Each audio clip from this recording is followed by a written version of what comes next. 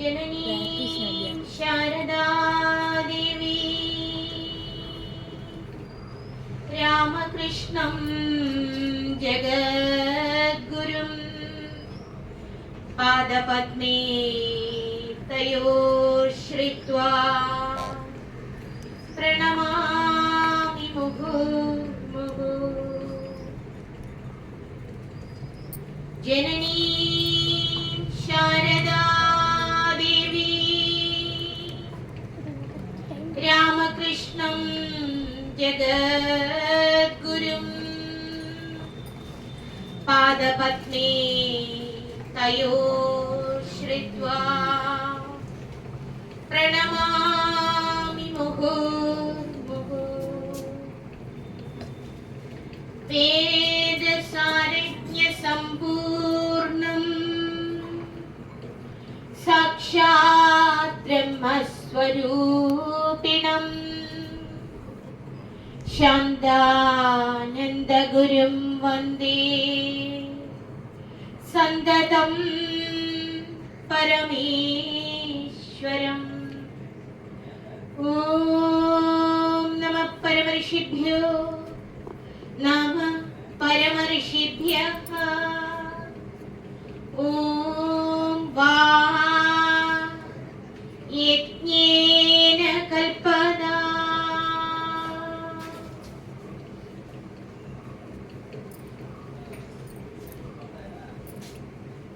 വള്ളിക്കോട് ശ്രീ രാമകൃഷ്ണ മഠം അധ്യക്ഷൻ ബ്രഹ്മശ്രീ ആപ്തലോകാനന്ദ സ്വാമി, അതുപോലെ സത്യേശാനന്ദ സ്വാമി, ഇവിടെ എത്തിച്ചേർന്നിരിക്കുന്ന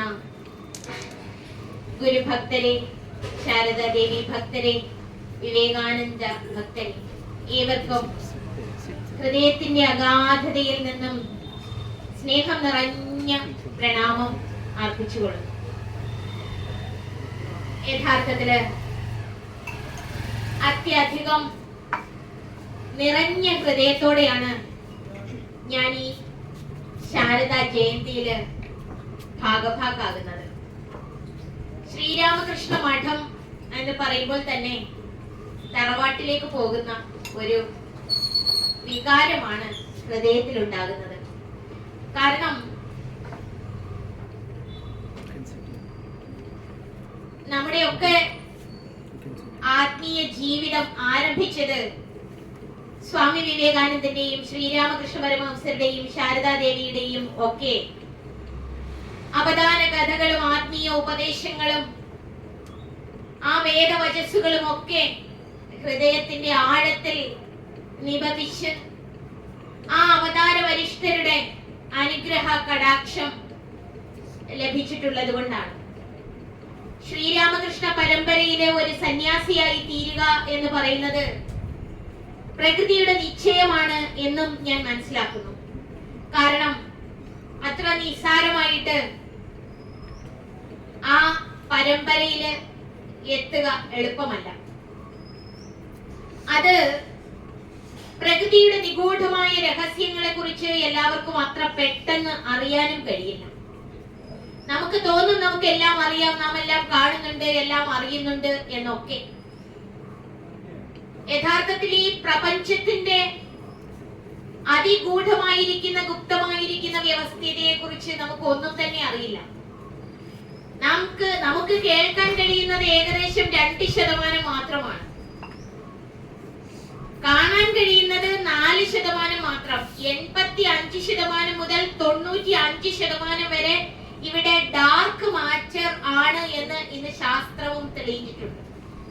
ഡാർക്ക് മാറ്റർ ഇവിടെയുണ്ട്. ഈ ഡാർക്ക് മാറ്റർ ഇന്നത്തെ ഭൗതിക ശാസ്ത്ര വിജ്ഞാനം കണ്ടെത്തിയതൊന്നുമല്ല. പിന്നെയോ ഇത് കണ്ടെത്തിയത് സത്യദർശികളായ ഋഷീശ്വരന്മാരാണ്. ഈ പ്രപഞ്ചം എവിടെ നിന്നുണ്ടായി, എങ്ങനെ നിലനിൽക്കുന്നു, എങ്ങനെ ലയിക്കുന്നു എന്നൊക്കെയുള്ള ശാസ്ത്രീയമായ രീതി വിധാനത്തെ കുറിച്ച് ഒന്നും നമുക്കറിയില്ല എന്ന് മനസ്സിലാക്കിയാൽ അസ്യ ബ്രഹ്മാണ്ടാനി സമന്തതഃ ഏതാൻ ഏതാദൃശ അനന്ത ബ്രഹ്മാണ്ഡ കോടാനി ജ്വലന്തി. ഈ ബ്രഹ്മാണ്ഡ കോടികളെ നമ്മൾ ചിന്തിക്കുമെങ്കിൽ അനന്ത കോടി ബ്രഹ്മാണ്ഡങ്ങൾ ഉള്ളതില് അവയൊക്കെ പരിഗണിക്കുമെങ്കിൽ അതില് ഭൂമിയുടെ വലിപ്പം ഒരു പൊടിയെ പോലെയാണ്. ആ പൊടിയുടെ മാത്രം വലിപ്പമുള്ള ഈ ഭൂമിയിൽ ഇരിക്കുന്ന നമ്മൾ ഓരോരുത്തരുടെയും അഹന്തയുടെ വലിപ്പം നമ്മളൊന്ന് കാണണം. നമുക്ക് എന്തൊക്കെയോ അറിയാം, എന്തൊക്കെയോ തരത്തിൽ നമ്മൾ ചെയ്തുകൊണ്ടിരിക്കുന്നു എന്നൊക്കെ പറയുമ്പോൾ മറ്റു ലോകങ്ങളെ പറ്റിയോ ലോകത്തിന്റെ ഗുപ്തവും ദിവ്യവുമായിരിക്കുന്ന വ്യവസ്ഥയെ പറ്റിയോ നമുക്ക് അറിയില്ല എന്ന് തുടക്കത്തിൽ സൂചിപ്പിച്ചതിന്റെ കാരണം ശാരദാദേവി ആരായിരുന്നു എന്ന് നമുക്കറിയണമെങ്കിൽ നാം ഒരു ശാരദാദേവി ആയി തീരണം. സ്വാമി വിവേകാനന്ദനാണ് ഇത് പറഞ്ഞത്. കാരണം ഒരു സ്വാമി വിവേകാനന്ദനെ അറിയണമെങ്കിൽ അതൊരു സ്വാമി വിവേകാനന്ദന് മാത്രമേ കഴിയുകയുള്ളൂ എന്ന് സ്വാമിജി വ്യക്തമായി പറഞ്ഞിട്ടുണ്ട്. അതുപോലെ ഓരോരുത്തരുടെയും കാര്യം നമുക്ക് വേണമെങ്കിൽ പറയാം, പക്ഷെ പറ്റില്ല. നിഷ്കളങ്കവും നിർമ്മലവുമായ ദിവ്യതയുടെ അനന്ത പ്രകാശത്തെ, ആദ്യന്തരഹിതമായ ബോധ ചൈതന്യത്തെ അതിൽ അഭേദമായി തീർന്നവർക്ക് മാത്രമേ അനുഭൂതമാവുകയുള്ളൂ. ഇന്ന് നാം ഏവരും ഇവിടെ സാന്നിധ്യം ചെയ്തത് ശ്രീരാമകൃഷ്ണ പരമഹംസരുടെയും സ്വാമി വിവേകാനന്ദന്റെയും ശാരദാദേവിയുടെയും അനുഗ്രഹ കടാക്ഷം തിങ്ങി നിറഞ്ഞു വിളങ്ങുന്ന ആശ്രമ സങ്കേതത്തിലാണ്. ശ്രീരാമകൃഷ്ണ മഠം എന്ന് പറയുമ്പോൾ ശ്രീരാമകൃഷ്ണ പരമഹംസർ ഗുരുദേവൻ എന്ന് പറയുമ്പോൾ അവരൊക്കെ കൃത്യമായിട്ട് നമ്മളോട് പറഞ്ഞിട്ടുണ്ട് എവിടെ നിന്നാണ് വന്നത്, എന്തിനാണ് വന്നത്, എങ്ങനെ ഈ മഠം ഇതിന്റെ പ്രവർത്തനം നിലനിൽക്കും എന്നൊക്കെ പറഞ്ഞിട്ടുണ്ട്. രാമകൃഷ്ണ പരമഹംസർ തന്നെ പറഞ്ഞിട്ടുണ്ട് വരുന്ന 500 വർഷക്കാലം ഞാനിവിടെ ഉണ്ടാകും. നമ്മൾ കേട്ടുവോ? സ്വാമിജിയും പറഞ്ഞിട്ടുണ്ട് ഞാനിവിടെ ഉണ്ടാകും. സ്വാമി വിവേകാനന്ദൻ മിഷന്റെ രജിസ്ട്രേഷൻ കഴിഞ്ഞതിന് ശേഷം തിരിച്ചു വന്ന് എല്ലാവരോടുമായി ഉണർത്തിച്ചു, ഈ ശ്രീരാമകൃഷ്ണ മിഷന്റെ പ്രവർത്തനം വരുന്ന 1500 വർഷക്കാലം നിലനിൽക്കും. ഇപ്പോൾ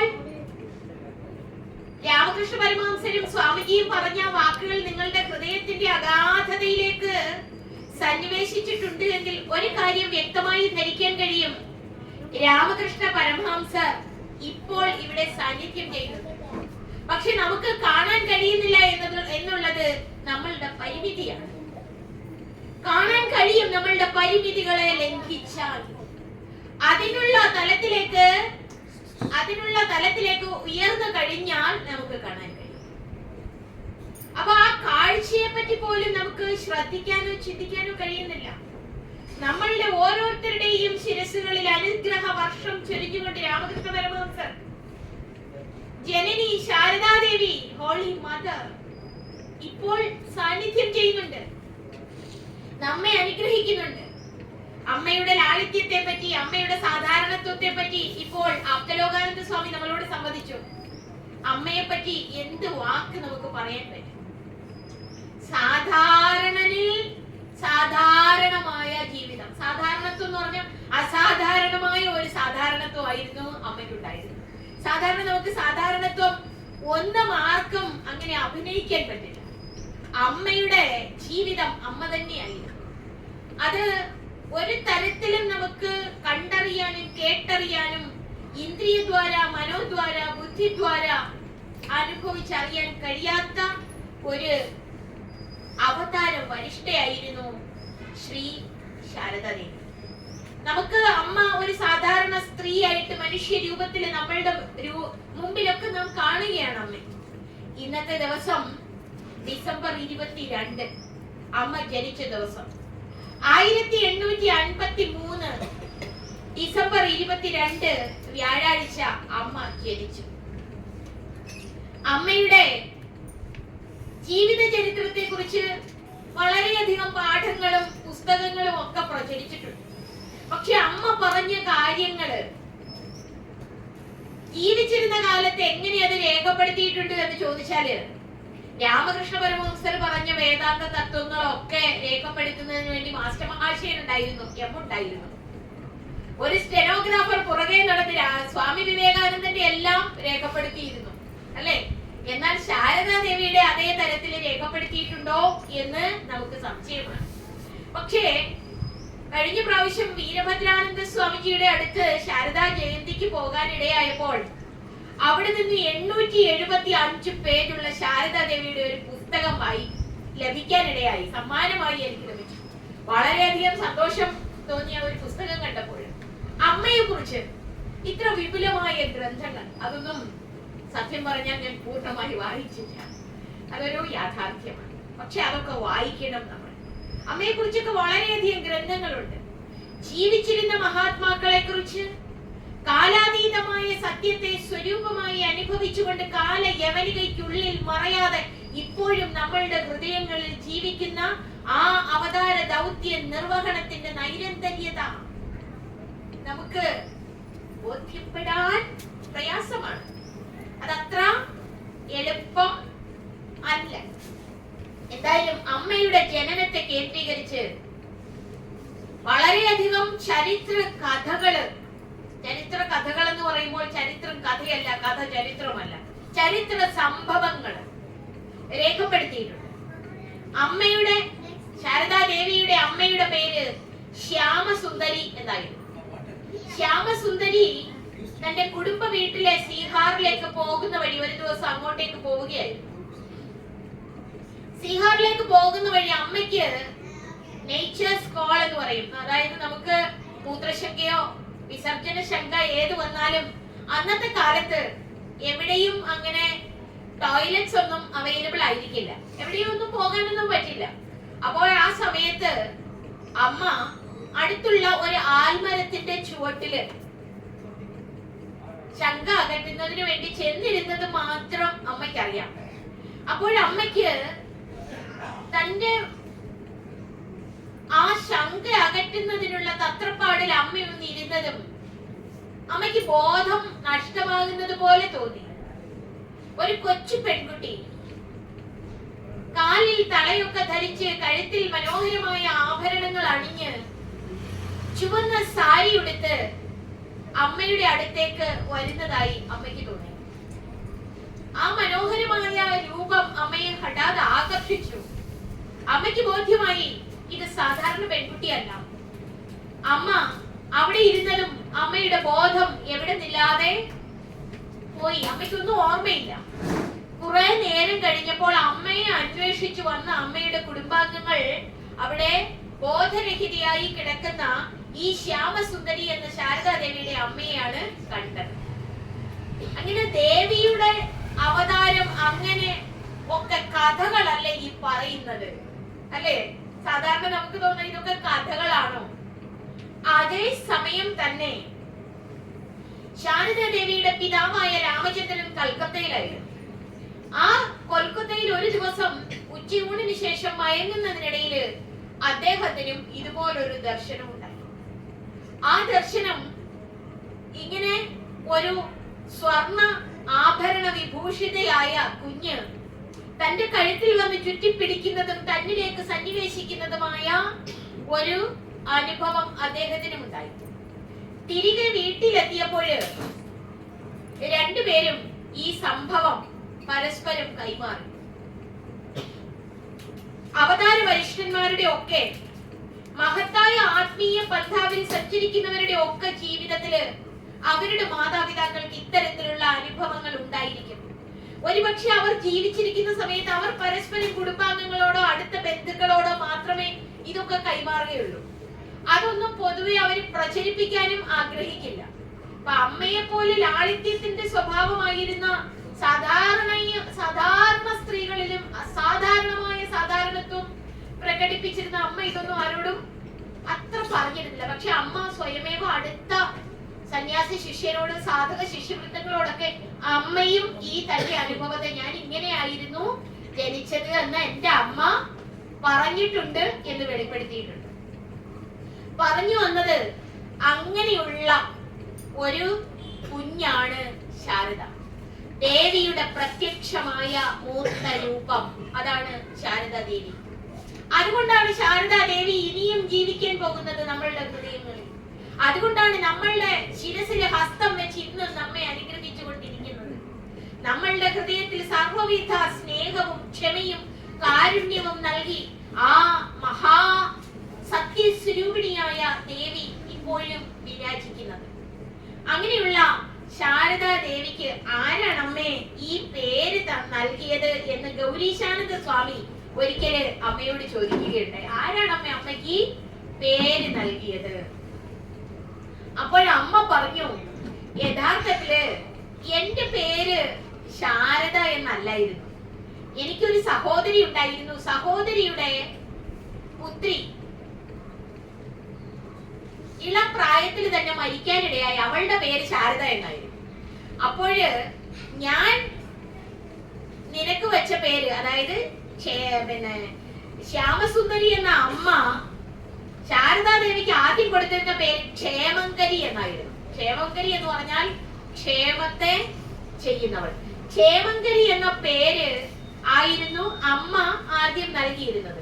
പക്ഷെ ആ പേര് മാറ്റിയിട്ട് ശാരദ എന്ന് വെക്കാൻ അമ്മയുടെ സഹോദരി അഭ്യർത്ഥിച്ചതനുസരിച്ച്, ആ സഹോദരിയുടെ മകൾ ഇളം പ്രായത്തിൽ മരിച്ചു പോയത് കൊണ്ട് എന്റെ മകളുടെ ഓർമ്മ എനിക്ക് വരാതെ ശാരദയെ കാണുമ്പോൾ എന്റെ മകളെ ഞാൻ മറക്കുകയും ഈ മകളിൽ ശ്രദ്ധ വരികയും ചെയ്യുമല്ലോ എന്ന് പറഞ്ഞിട്ടാണ് ശാരദ എന്ന് പേര് വെച്ചത്. ശാരദ എന്ന പദത്തിന്റെ അർത്ഥം നിങ്ങൾക്ക് ഏവർക്കും അറിയുമോ? എന്താണ് ശാരദ എന്ന പദത്തിന്റെ അർത്ഥം? നിരുക്ത ശാസ്ത്രപ്രകാരം ശാരം ദദാതി ഇതി ശാരദ. ശാരം എന്ന് പറഞ്ഞാൽ ജ്ഞാനം. ജ്ഞാനത്തെ നൽകുന്നവൾ ആരോ അവരാണ് ശാരദ.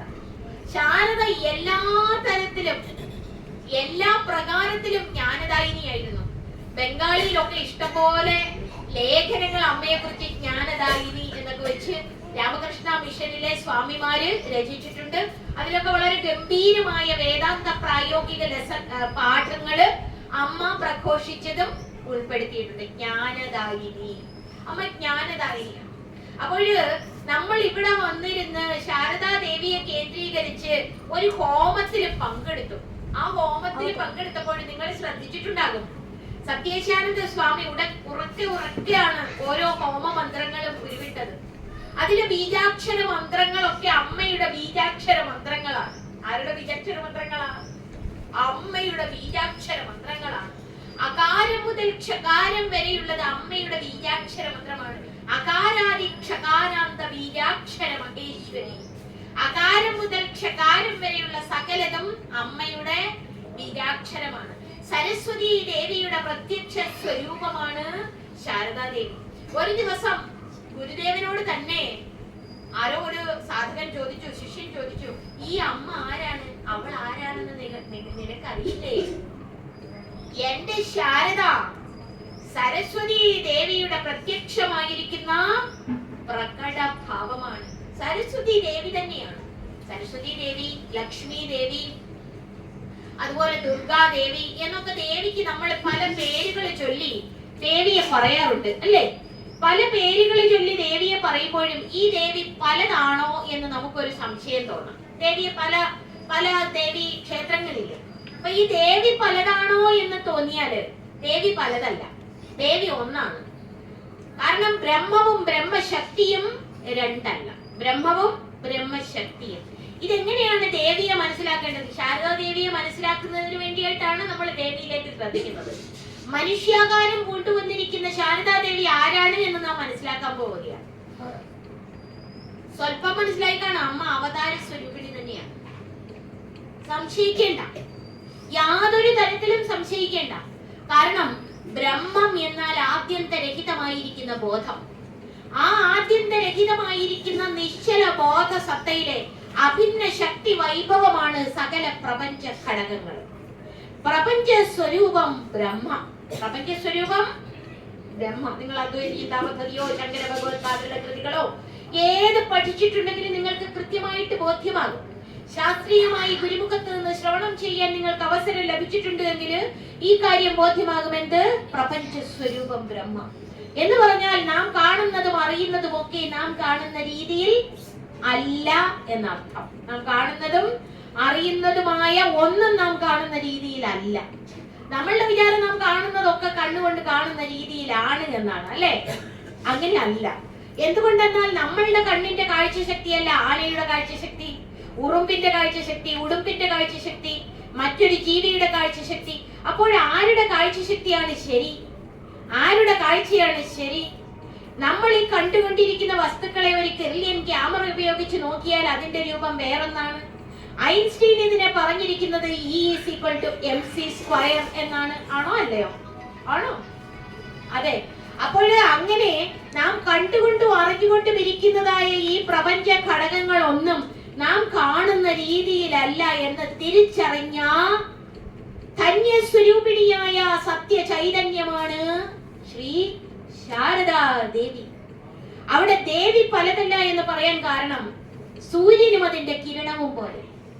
സൂര്യനിൽ നിന്ന് മാറി കിരണങ്ങൾക്ക് നിലനിൽപ്പുണ്ടോ? ഇല്ല. പാലിൽ നിന്ന് മാറി അതിന്റെ വെളുപ്പിന് നിലനിൽപ്പുണ്ടോ? വായുവില് അതിന്റെ ചലനത്തെ മാറ്റി നിർത്താൻ കഴിയുമോ? ആകാശത്തിന് അതിന്റെ വ്യാപകത്വത്തെ മാറ്റി നിർത്താൻ കഴിയുമോ? ഇല്ല. അതുപോലെ ഈ ബ്രഹ്മവും ബ്രഹ്മശക്തിയും അഭിന്നമാണ്. എങ്ങനെ? സൂര്യനും അതിന്റെ കിരണവും പോലെ, ആകാശവും അതിന്റെ വ്യാപകത്വവും പോലെ ഈ ബ്രഹ്മവും ബ്രഹ്മശക്തിയും അഭിന്നമാണ്. ഉദയസൂര്യൻ, മധ്യാഹ്ന സൂര്യൻ, അസ്തമയ സൂര്യൻ എന്ന് പറയുമ്പോൾ സൂര്യൻ പലതാകുന്നുണ്ടോ? സൂര്യൻ പലതാകുന്നുണ്ടോ? ഉണ്ടോ? സൂര്യൻ ഒന്നാണ്. പക്ഷെ അതിന്റെ സൂര്യപ്രകാശത്തിന്റെ ശക്തി വൈഭവത്തിന് വ്യത്യാസം വരുന്നത് പോലെ തന്നെ ഒരേ ശക്തി തന്നെ ജ്ഞാനസ്വരൂപിണിയാകുമ്പോൾ അവൾ സരസ്വതിയാകുന്നു. ഐശ്വര്യത്തെ വർദ്ധിക്കുന്നവളാകുമ്പോൾ അവൾ ലക്ഷ്മിയാകുന്നു. ദുർഗതി നാശിനിയാകുമ്പോൾ അമ്മ ദുർഗയാകുന്നു. പല പേരുകൾ ചൊല്ലി വിളിക്കുന്നു എന്ന് വിചാരിച്ച് ആ ഏകമായിരിക്കുന്ന ചൈതന്യം ബ്രഹ്മശക്തി ഭിന്നമാകുന്നില്ല.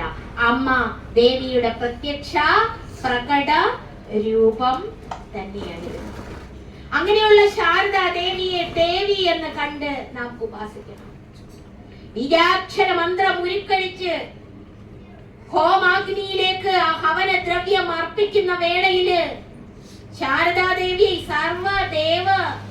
ദേവതായേ നമഃ എന്ന് പറഞ്ഞുകൊണ്ട് ആ ദേവത ദേവതാ സ്വരൂപമായിരിക്കുന്ന ശാരദാ ദേവിക്കായി പ്രണാമം അർപ്പിക്കുമ്പോൾ അതിനു മുമ്പ് ഉച്ചരിച്ച ബീജാക്ഷര മന്ത്രവും ഈ മന്ത്രത്തിന്റെ ശക്തി വൈഭവവും നാം ഈ പ്രപഞ്ചത്തിലെ അദൃശ്യ സത്തയിലേക്ക് സന്നിവേശിപ്പിക്കുകയാണ് ചെയ്യുന്നത്. നമ്മളുടെ വ്യക്തി പ്രാണനിലേക്ക് നാം സന്നിവേശിപ്പിക്കുകയാണ് ചെയ്യുന്നത്. വ്യക്തി പ്രാണശക്തി എന്ന് പറയുന്നത് ഈ പ്രപഞ്ച പ്രാണശക്തിയിൽ നിന്നും അഭിന്നമാണ്. കൃത്യമായി ഗ്രഹിക്കാൻ അമ്മയുടെ കാരുണ്യത്താൽ ഇത് ഗ്രഹിക്കാൻ കഴിയുന്നു എന്ന് ധരിച്ചു കൊള്ളട്ടെ. മനസ്സിലാകുന്നുണ്ടോ? ഉണ്ടോ? അപ്പോൾ ശാരദാ ദേവി ദേവിയാണ് എന്ന് വ്യക്തമായല്ലോ. ദേവിയാണ്. ദേവിയുടെ പ്രത്യക്ഷമായ മൂർത്ത രൂപമാണ്. യാ ദേവി സർവഭൂതേഷു മാതൃരൂപേണ സംസ്ഥിതാ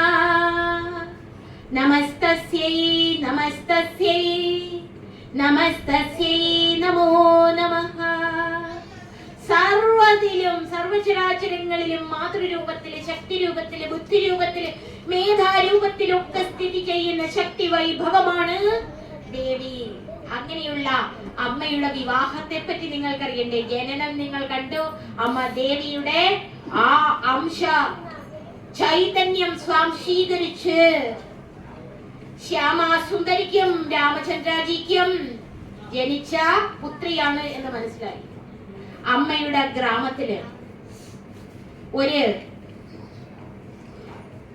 സംഗീത കച്ചേരി, പ്രശസ്തനായ ഒരു സംഗീതജ്ഞൻ വന്ന് അവതരിപ്പിക്കുകയാണ് ഒരു കുടുംബ ക്ഷേത്രത്തില്, ഗ്രാമക്ഷേത്രത്തില് ഉത്സവത്തിന്. ആ സമയത്ത് ഈ സംഗീത കച്ചേരി അവതരിപ്പിക്കാൻ ഒരു പ്രശസ്തനായ ഗായകനാണ് എത്തുന്നത് എന്നറിഞ്ഞതുകൊണ്ട് ഗ്രാമത്തിലുള്ളവരെല്ലാം അവിടെ എത്തിയിരുന്നു. ശ്യാമസുന്ദരിയും കുഞ്ഞും എത്തിയിരുന്നു. അപ്പോൾ ഈ ഹൃദയം എന്ന് പറയുന്നത് രാമകൃഷ്ണ പരമഹംസരുടെ അനന്തരവൻ. ഹൃദയന്റെ ഗൃഹവും സീഹാറിലായിരുന്നു. അപ്പോൾ ഹൃദയനോടൊപ്പം രാമകൃഷ്ണ പരമഹംസരും ഉണ്ടായിരുന്നു. ഈ രാമകൃഷ്ണ പരമഹംസരും അന്ന് ഗദാധരൻ, ആരാണ്? ഗദാധരനും ഹൃദയനും ഈ സംഗീത കച്ചേരി കേൾക്കുന്നതിന് പോയി. ശ്യാമസുന്ദരി 3 വയസ്സുള്ള ശാരദയെയും കൂട്ടി അവിടെ പോയി. ചുമ്മാതെ അടുത്ത് നിന്ന്, അന്നൊക്കെ ശൈശവ വിവാഹം ഉണ്ടായിരുന്നെങ്കിലും നമ്മൾ ഒരു കാര്യം ഓർക്കണം, ഇത്രയും പ്രായം കുറഞ്ഞ കുഞ്ഞുങ്ങളെ ഇത്രയും പ്രായമുള്ള ഒരാൾക്ക് വിവാഹം കഴിച്ചു കൊടുക്കുക എന്നൊരു സംഭവം ഇല്ല. അന്ന് എങ്ങും നടന്നിട്ടില്ല. അന്നത്തെ കാലത്തെങ്ങും അങ്ങനെ ഒരു വിവാഹം നടന്നിട്ടേ ഇല്ല. അപ്പോഴ് അവിടെ നിന്ന് കൂട്ടത്തിലുള്ള ഉണ്ടായിരുന്ന ഒരു ബന്ധു ഈ കുഞ്ഞിനോട് ചോദിച്ചു എന്ന്, നീ ആരെയാ വിവാഹം കഴിക്കാൻ പോകുന്നത്? 3 വയസ്സുള്ള കുഞ്ഞിന് വിവാഹം എന്താണെന്ന് അറിയില്ല, ഒന്നും അറിയില്ല. അപ്പോഴ് കുഞ്ഞ് അവിടെ നിന്നുകൊണ്ട്, ഇത് ബന്ധുക്കള് ശ്യാമസുന്ദരിയായ അമ്മയോട് പറഞ്ഞ് രേഖപ്പെടുത്തിയിട്ടുള്ള വസ്തുതകളാണ്. അങ്ങനെ ഗദാധരനെ ചൂണ്ടിക്കാണിച്ചിട്ട് പറഞ്ഞു, ആദ്യക്കുന്ന ആളെയാണ് ഞാൻ വിവാഹം കഴിക്കാൻ പോകുന്നത്. ഇത് നമുക്ക് തോന്നാം, ഇതൊക്കെ വെറുതെ കൊച്ചു കുഞ്ഞിന് തോന്നിയതാണ്, പറഞ്ഞതാണ്, ഇങ്ങനൊക്കെ എഴുതി വെച്ചതാണ്. എന്റെ സ്നേഹസ്വരൂപികളായ ബന്ധുക്കളെ, ഇതൊക്കെ സത്യമാണ്. കാരണം നമുക്ക് കേൾക്കുമ്പോൾ തോന്നുന്നതാണ്, അങ്ങനെയൊക്കെ ആയിരിക്കും, അങ്ങനെയൊക്കെ പറഞ്ഞു കാണും, കൊച്ചു കുഞ്ഞല്ലേ, അതൊന്നും അറിയാം. ഇതൊന്നും അല്ല. പ്രകൃതിയിൽ ഒരില പോലും പ്രകൃതിയുടെ ആ ശക്തി സംഭൃതമായിരിക്കുന്ന നിയതിയുടെ നിശ്ചയമില്ലാതെ ചലിക്കില്ല. ഇല്ലത് ചലിക്കില്ല. ഇങ്ങനെയൊന്ന് വരണമെങ്കിൽ അത് നിയതിയുടെ നിശ്ചയമായിട്ട് ആ കൊച്ചു കുഞ്ഞ് ശാരദ ആ ഗദാധരനെ ചൂണ്ടിക്കാണിച്ചുകൊണ്ട് പറഞ്ഞതാണ്. ഗദാധരനോ 23 വയസ്സ്, വളരെ ചെറുപ്പത്തിൽ തന്നെ ദക്ഷിണേശ്വരത്ത് പോയി ദേവിയെ പൂജിച്ചിരുന്നു എന്ന് നിങ്ങൾക്കറിയാം അല്ലെ? ദേവീ പൂജ നിങ്ങൾക്കറിയാമല്ലോ. രാമകൃഷ്ണ പരമഹംസരുടെ ചരിത്രത്തിലേക്കൊന്നും ഞാൻ കൂടുതൽ കടക്കുന്നില്ല. രാമകൃഷ്ണ പരമഹംസർ ദേവിയിൽ ആമഗ്നമായിരിക്കുന്ന ഒരു ഭക്തന്റെ ഹൃദയത്തെ ആർക്കും തിരിച്ചറിയാൻ പറ്റില്ല. ആർക്കെങ്കിലും തിരിച്ചറിയാൻ പറ്റുമോ? നിങ്ങൾ ഇവിടെ ഇരുന്നു കൊണ്ടായാലും നിങ്ങൾ മറ്റൊന്ന് ചിന്തിച്ചുകൊണ്ടിരിക്കുകയാണെങ്കിൽ ഇവിടെ ഇരിക്കുന്നവർ എന്ത് വിചാരിക്കും? നിങ്ങൾ ഇവിടെ കേട്ടോണ്ടിരിക്കുകയാണെന്ന് വിചാരിക്കും അല്ലെ? ഇതുപോലെ നിങ്ങൾ ഈ ലോകത്ത് വ്യവഹരിക്കുന്ന സമയത്ത് നിങ്ങളുടെ ശ്രദ്ധ രാമകൃഷ്ണ പരമഹംസരിലും ശാരദാദേവിയിലും ദക്ഷിണേശ്വരത്തിലുള്ള ആ ഭദ്രേശ്വരിയായിരിക്കുന്ന കാളി മാതാവിലും ദേവിയിലും ഒക്കെ ആണെങ്കിൽ നിങ്ങൾ ഇവിടെ ഇരിക്കുന്നെങ്കിൽ നിങ്ങൾ അമ്മയിലായിരിക്കുന്നത്. നമുക്ക് പെട്ടെന്ന് അങ്ങനെ കാണാൻ കഴിയില്ല ഒരാളുടെ ഉള്ള എത്രമാത്രം ആ അദൃശ്യ ശക്തി സ്വരൂപിണിയിൽ അഭേദമായി തീർന്നിരിക്കുന്നു എന്ന്. പുറമേ മാനസികമായ ലൗകിക വ്യവഹാരങ്ങളിൽ ഏർപ്പെട്ടിരിക്കുന്നവർക്ക് അറിയാൻ പറ്റുമോ? അറിയാൻ പറ്റില്ല. ഈ രാമകൃഷ്ണ പരമഹംസര് രാപകലില്ലാതെ ദേവി ദേവി ദേവി, എങ്ങനെയാ? ദേവി ദേവി ദേവി ദേവി മാത്രമേ. അദ്ദേഹം ബാഹ്യബോധം വിട്ടുപോകും. രാമകൃഷ്ണ പരമഹംസർക്ക് ബാഹ്യബോധം വിട്ടുപോകും. ബാഹ്യബോധം വിട്ടുപോകും എന്ന് പറഞ്ഞാല് നിങ്ങൾക്ക് മനസ്സിലാവോ? പുറമേയുള്ള വസ്തുക്കളെയും വ്യക്തികളെയും ഒക്കെ കാണും, പക്ഷെ കാണുന്നത് ദേവിയെയാണ്. അങ്ങനെയുള്ള ഒരു വ്യക്തിയെ കണ്ടാൽ എങ്ങനെ തോന്നും? ലൗകിക കാര്യങ്ങൾ കൃത്യമായിട്ട് ചെയ്യാൻ കഴിയാത്ത ഒരു വ്യക്തിയെ കണ്ടാൽ എന്ത് തോന്നും? ഭ്രാന്താണെന്ന് തോന്നും അല്ലേ? എന്താ തോന്നുക? ഭ്രാന്താണെന്നേ തോന്നും. അങ്ങനെ ക്ഷേത്ര അധികാരികളൊക്കെ പറയാൻ തുടങ്ങി ഈ രാമകൃഷ്ണ പരമഹംസർക്ക് ചെറുതായിട്ട് ഭ്രാന്ത്. ബംഗാളിലൊക്കെ ഒരു ചൊല്ലുണ്ട്, ചെവിയിൽ നിന്നുള്ളത് ചെവിയിലേക്ക്. ഇങ്ങനെ പറഞ്ഞു പറഞ്ഞു പറഞ്ഞ് എല്ലായിടത്തും അങ്ങ് പാട്ടായി. എന്താണ്? രാമകൃഷ്ണ പരമഹംസർക്ക് ഭ്രാന്താണ്. മാത്രമല്ല, കാരണം എന്തെന്നറിയോ? ഈ പൂച്ചയിലും പട്ടിയിലും ആനയിലും എല്ലാം ദൈവത്തെ കാണുന്നവൻ അവൻ ബ്രഹ്മബോധിയാണ്. ഈ രാമകൃഷ്ണ പരമഹംസര് ദേവിക്ക് നിവേദിക്കാൻ വേണ്ടി പായസം എടുത്തോണ്ട് പോകും. എവിടെ? നമ്മളുടെ ഈ നിവേദ്യം ഉണ്ടാക്കിയിട്ട് ഈ നിവേദ്യം ദേവിക്ക് നിവേദിക്കാൻ വേണ്ടി കൊണ്ടുപോവുക. ദേവിക്ക് നിവേദിക്കാൻ വേണ്ടി കൊണ്ടുപോകുന്നതിനിടയില് വഴിയിലൊരു പൂച്ച നിൽക്കുന്നുണ്ട്, അതിനെ കിട്ടുകൊടുത്തു. എന്തോ ഇതിന് പറയണ്ടേ? സാധാരണ എന്താ പറയുന്നത്? നിങ്ങൾ എന്ത് പറയും? നിങ്ങൾ എന്ത് പറയും? അത്രക്ക് പറയുകളെ പറയോ ഇല്ലയോ? പക്ഷെ രാമകൃഷ്ണ പരമഹംസർക്ക് എന്റെ രാമകൃഷ്ണ ഗുരുദേവന് വട്ടല്ല എന്ന് തിരിച്ചറിയാൻ നമ്മളൊരു രാമകൃഷ്ണ പരമഹംസരാകണം എന്നാ പറയുന്നത്. കാരണം വെച്ചാല് ദേവിയെയാ കാണുന്നത്, പൂച്ചയെ കാണുന്നില്ല. എന്ത് ചെയ്യാൻ പറ്റും? ദേവി സർവവ്യാപ്ത സ്വരൂപിണിയല്ലേ, സകല ചരാചര സ്ഥിതിയല്ലേ, സകല ചരാചര സ്ഥിതിയായിരിക്കുന്ന ദേവിയാണ് ആര് കാണുന്നത്? രാമകൃഷ്ണ പരമഹംസർ കാണുന്നത്. അതുകൊണ്ട് രാമകൃഷ്ണ പരമഹംസര് ദേവിയെ കാണുന്നു എന്ന് വിചാരിക്കുമ്പോഴും പൂച്ചയെ കാണുന്നില്ല, പൂച്ചയെ കാണുന്നു എന്ന് വിചാരിക്കുമ്പോഴും പൂച്ചയെ കാണുന്നില്ല. എന്തിനെ മാത്രം കാണുന്നു? ദേവിയെ മാത്രം കാണുന്നു. എന്തിനെ മാത്രം കാണുന്നു? ദേവിയെ മാത്രം കാണുന്നു. അങ്ങനെയായി ഈ പൂച്ചയ്ക്ക് നിവേദ്യം ഇട്ടുള്ളത്. അവസാനം എന്തായാലും ദക്ഷിണേശ്വരത്തെ കാളീക്ഷേത്രത്തിന്റെ അധികാരികൾ പറഞ്ഞു, വിവരമൊക്കെ അങ്ങ് ഗൃഹത്തിലെത്തി, ഇനി ഗദാധരനെ അവിടെ തുടരാൻ അനുവദിക്കാൻ പറ്റില്ല, കാരണം അത്രമാത്രം മാനസിക പ്രക്ഷുബ്ധതയും മാനസിക രോഗത്തിനോ അടിമയായി പോയി എന്ന് പറഞ്ഞ് ഇനി എങ്ങാനും വിളിച്ചുകൊണ്ട് വന്ന് വല്ല വിവാഹവും കഴിപ്പിക്കാം എന്നൊക്കെ വിചാരിച്ച് കൊണ്ടുവരിക, എന്തായാലും ചികിത്സിപ്പിക്കുക, എന്തെങ്കിലുമൊക്കെ ചെയ്യാം എന്ന് വിചാരിച്ച് ഈ ഗദാധരനെ പോയി വിളിച്ച് എവിടെ കൊണ്ടുവന്നു? വീട്ടില് കൊണ്ടുവന്നു. വീട്ടില് കൊണ്ടുവന്ന് കഴിഞ്ഞ് കുറെ ദിവസം അമ്മയ്ക്ക് ഒന്നും മനസ്സിലായി. പക്ഷെ അമ്മയ്ക്ക് ഒരു കാര്യം മനസ്സിലായി, യവൻ ഭ്രാന്തനല്ല, യവൻ ദൈവത്തിന്റെ പ്രത്യക്ഷമായിരിക്കുന്ന മൂർത്ത രൂപമാണ്, അവതാരമാണ് എന്ന് ബോധ്യമായി. അവതാരമാണ് എന്ന് രാമകൃഷ്ണ പരമഹംസരും പറയുന്ന ഒരു സന്ദർഭമുണ്ട്. രാമകൃഷ്ണ പരമഹംസര് എവിടെ വെച്ചാണ് ഇത് പറയുന്നതെന്നറിയോ? എല്ലും തോലുമായിട്ട് കിടക്കയില് മരണശയ്യയില് സമാധി ശയ്യയിൽ എത്തിയിരിക്കുക. ആ സമയത്ത് ഈ രാമകൃഷ്ണ പരമഹംസരെ കണ്ടിട്ട് സ്വാമി വിവേകാനന്ദൻ ഇത്രയും കിടന്നങ്ങ് കഷ്ടപ്പെടുകയല്ലേ. അപ്പൊ ഒന്ന് ചിന്തിച്ചപ്പോ പറയാ, ഏയ് നരേൻ, രാമനും കൃഷ്ണനുമായി അവതരിച്ചിരിക്കുന്നവൻ തന്നെയാണ് ഈ ഞാൻ. നീ എന്താ ഇപ്പോഴും സംശയിക്കുന്നത്? രാമനും കൃഷ്ണനുമായിരിക്കുന്നവൻ തന്നെയാണ് ഈ രാമകൃഷ്ണനായി അവതരിച്ചിരിക്കുന്നത് എന്ന് രാമകൃഷ്ണ പരമഹംസർ പറയുന്നുണ്ട്. എന്തായാലും രാമകൃഷ്ണ പരമഹംസർ അന്നത്തെ ഗദാധരൻ വീട്ടിലെത്തി കഴിഞ്ഞ് വീട്ടുകാര് തകർതമി, വിവാഹാലോചനകളൊക്കെ അങ്ങ് തുടങ്ങി. വിവാഹാലോചനയ്ക്ക് എവിടെ ചെന്നിട്ടും ഒരു അനുകൂലമായ വിവാഹ ബന്ധം ഉറച്ചു കിട്ടുന്നില്ല. അങ്ങനെ ഉറച്ചു കിട്ടാതിരുന്ന സമയത്ത് അദ്ദേഹം തന്നെ, ഗദാധരൻ തന്നെ അച്ഛനോടും അമ്മയോടും വിളിച്ചു പറഞ്ഞു, ഒരു കാര്യം ചെയ്യൂ, ഇന്ന ഗൃഹത്തില് ശ്യാമസുന്ദരിയുടെയും രാമചന്ദ്രന്റെയും പുത്രിയായ ഒരു വധു എനിക്ക് വേണ്ടി ഉണ്ട്, അവിടെ ചെല്ലൂ എന്ന് പറഞ്ഞു. അവിടെ ചെന്നപ്പോഴോ കുട്ടിക്ക് 5 വയസ്സ്. അവരറിയുന്നില്ല കുട്ടിക്ക് ഇത്രയും പ്രായക്കുറവാണെന്ന് അറിയുന്നില്ല. കുട്ടിക്ക് 5 വയസ്സ്, ശാരദയ്ക്ക് 5 വയസ്സ്, ഗദാധരനോ 24 വയസ്സ്.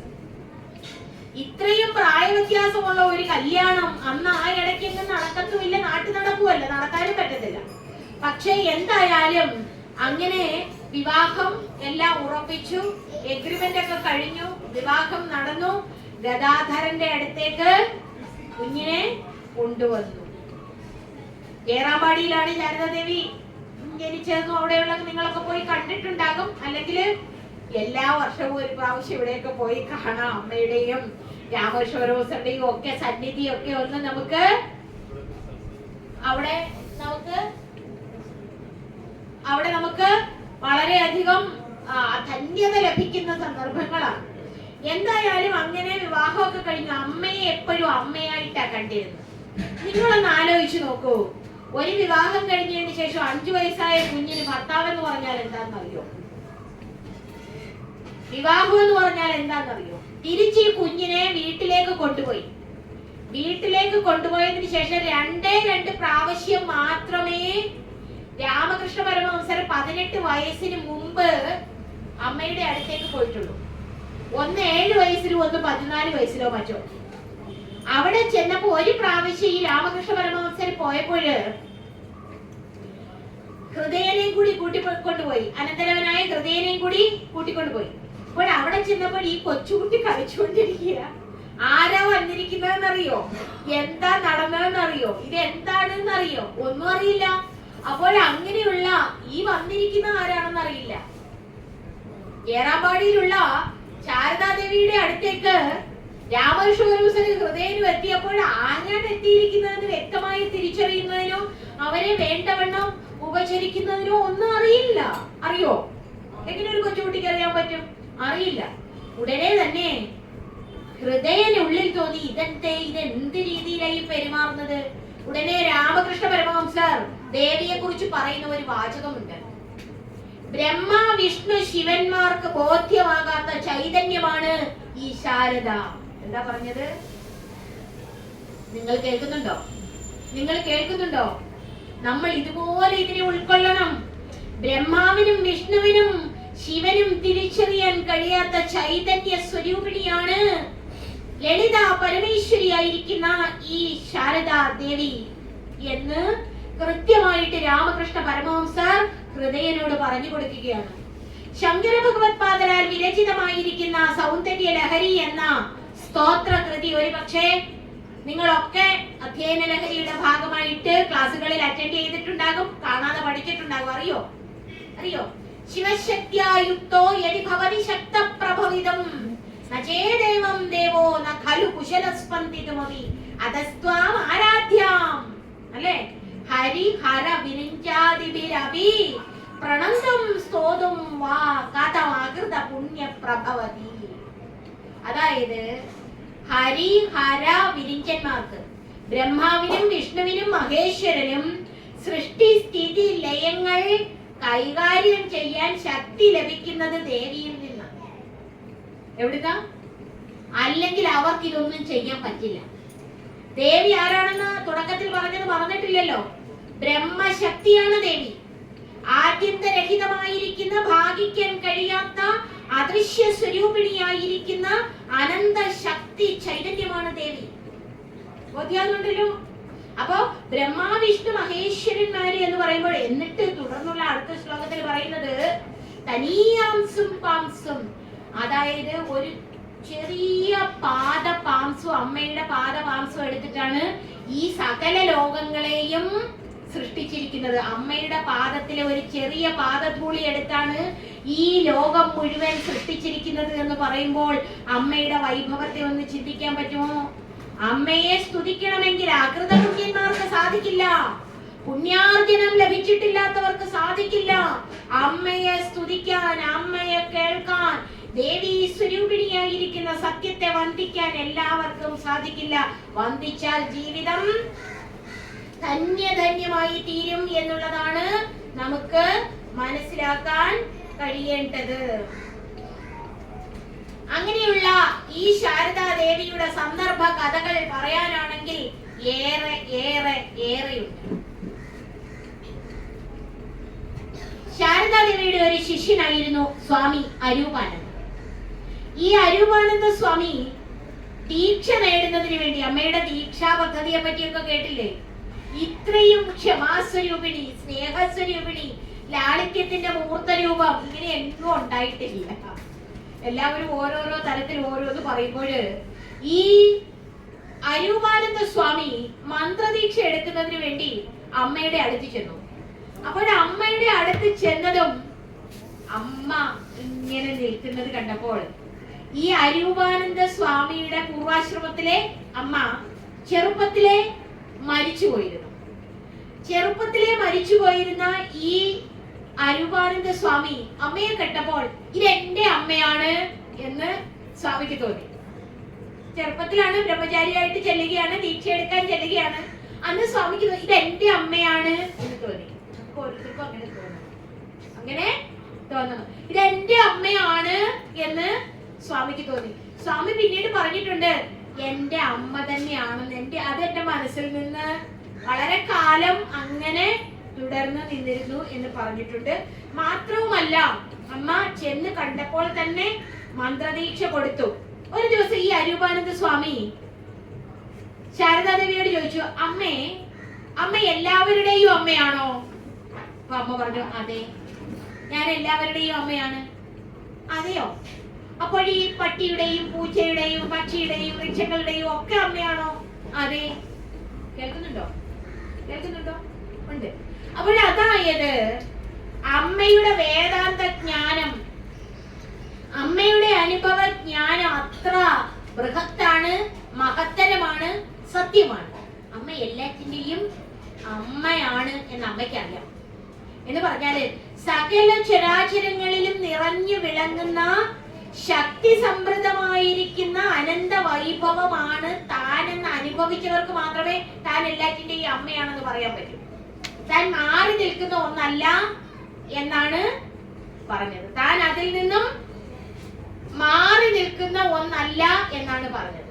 അപ്പൊ ഈ സ്വാമി എപ്പോഴും ഹരിയോം ഹരിയോം എന്നായിരുന്നു അന്ന് പറഞ്ഞിരുന്നത്. പക്ഷെ അവസാന കാലമായപ്പോഴേക്കും ഈ സ്വാമിയുടെ ഹരിയോം മന്ത്രം മാറി മാ മാ മാ എന്ന് തന്നെയായി, അമ്മ അമ്മ അമ്മ എന്ന് തന്നെയായി തീർന്നു എന്നും ചരിത്രം വെളിപ്പെടുത്തുന്നുണ്ട്. എന്തായാലും ഈ ശാരദാ ദേവിയുടെ അടുത്ത് ഒരു പൂച്ച ഉണ്ടായിരുന്നു. ഈ പൂച്ച കള്ളപ്പൂച്ചയാണ്. ഇടയ്ക്കൊക്കെ മോഷ്ടിക്കുന്നത് കണ്ട് ഈ അമ്മയ്ക്ക് അറിയാം, അമ്മ ഇങ്ങനെ കള്ളപ്പൂച്ചയാണല്ലോ, മോഷ്ടിക്കുന്നല്ലോ. പക്ഷെ അമ്മ എല്ലാത്തിനെയും സ്നേഹത്തോടെ അടുത്ത് വിളിച്ചു വരുത്തി അതിന് വേണ്ടതൊക്കെ കൊടുക്കും. പക്ഷെ അവിടുത്തെ ശിഷ്യന്മാർക്കോ സാധകർക്കോ അതിനൊന്നും സാധിക്കത്തില്ല. അവരെന്ത് ചെയ്യും? ഈ പൂച്ചയെ ആട്ടി ഓടിക്കാൻ ശ്രമിക്കും. എന്ത് ഈ പൂച്ച കള്ള സ്വഭാവത്തില് നടക്കുന്നത് എന്നൊക്കെ പറയും. അപ്പോഴമ്മ പറയും, പൂച്ചയുടെ സ്വഭാവമാണ് അങ്ങനെ എടുത്തു കഴിക്കുക. നിങ്ങൾ സമയത്ത് അതിന് ആഹാരം കൊടുത്താലും ഒന്ന് മോഷ്ടിക്കുമോ? നിങ്ങള് സമയത്ത് അതിന് ആഹാരം കൊടുത്താൽ അത് വന്ന് മോഷ്ടിക്കില്ലല്ലോ. മാത്രവുമല്ല, ഈ കള്ളപ്പൂച്ച അമ്മയുടെ അടുത്ത് ഇങ്ങനെ വന്ന് മോഷ്ടിക്കാനിരിക്കുമ്പോൾ അമ്മ ഇങ്ങനെ കൈ ഓങ്ങി അതിനെ അടിക്കാനായിട്ട് ചെല്ലും. കൈ ഓങ്ങി അടിക്കാനായിട്ട് ചെല്ലുമ്പോഴത്തേക്ക് ഈ പൂച്ച ഇങ്ങനെ അമ്മയെ തന്നെ നോക്കിയിരിക്കും. അമ്മയെ തന്നെ തുറിച്ചു നോക്കിയിട്ട് അടിക്കാൻ ചെല്ലുന്ന അമ്മയുടെ കരത്തെ കണ്ടുകൊണ്ട് അമ്മയിലേക്ക് ചേർന്ന് ചേർന്ന് ചേർന്ന് ഇരിക്കും. ഭക്തജനങ്ങൾ അങ്ങനെയാണ്. അമ്മ ഇനി എന്ത് തന്നാലും അമ്മയുടെ പാതാരവിന്ദങ്ങൾ മാത്രം നമുക്ക് ആശ്രയം. അപ്പോൾ ആ പൂച്ചയെന്ന് നമ്മൾ കാണരുത്. അമ്മ പൂച്ചയായിട്ട് കാണുന്നില്ല.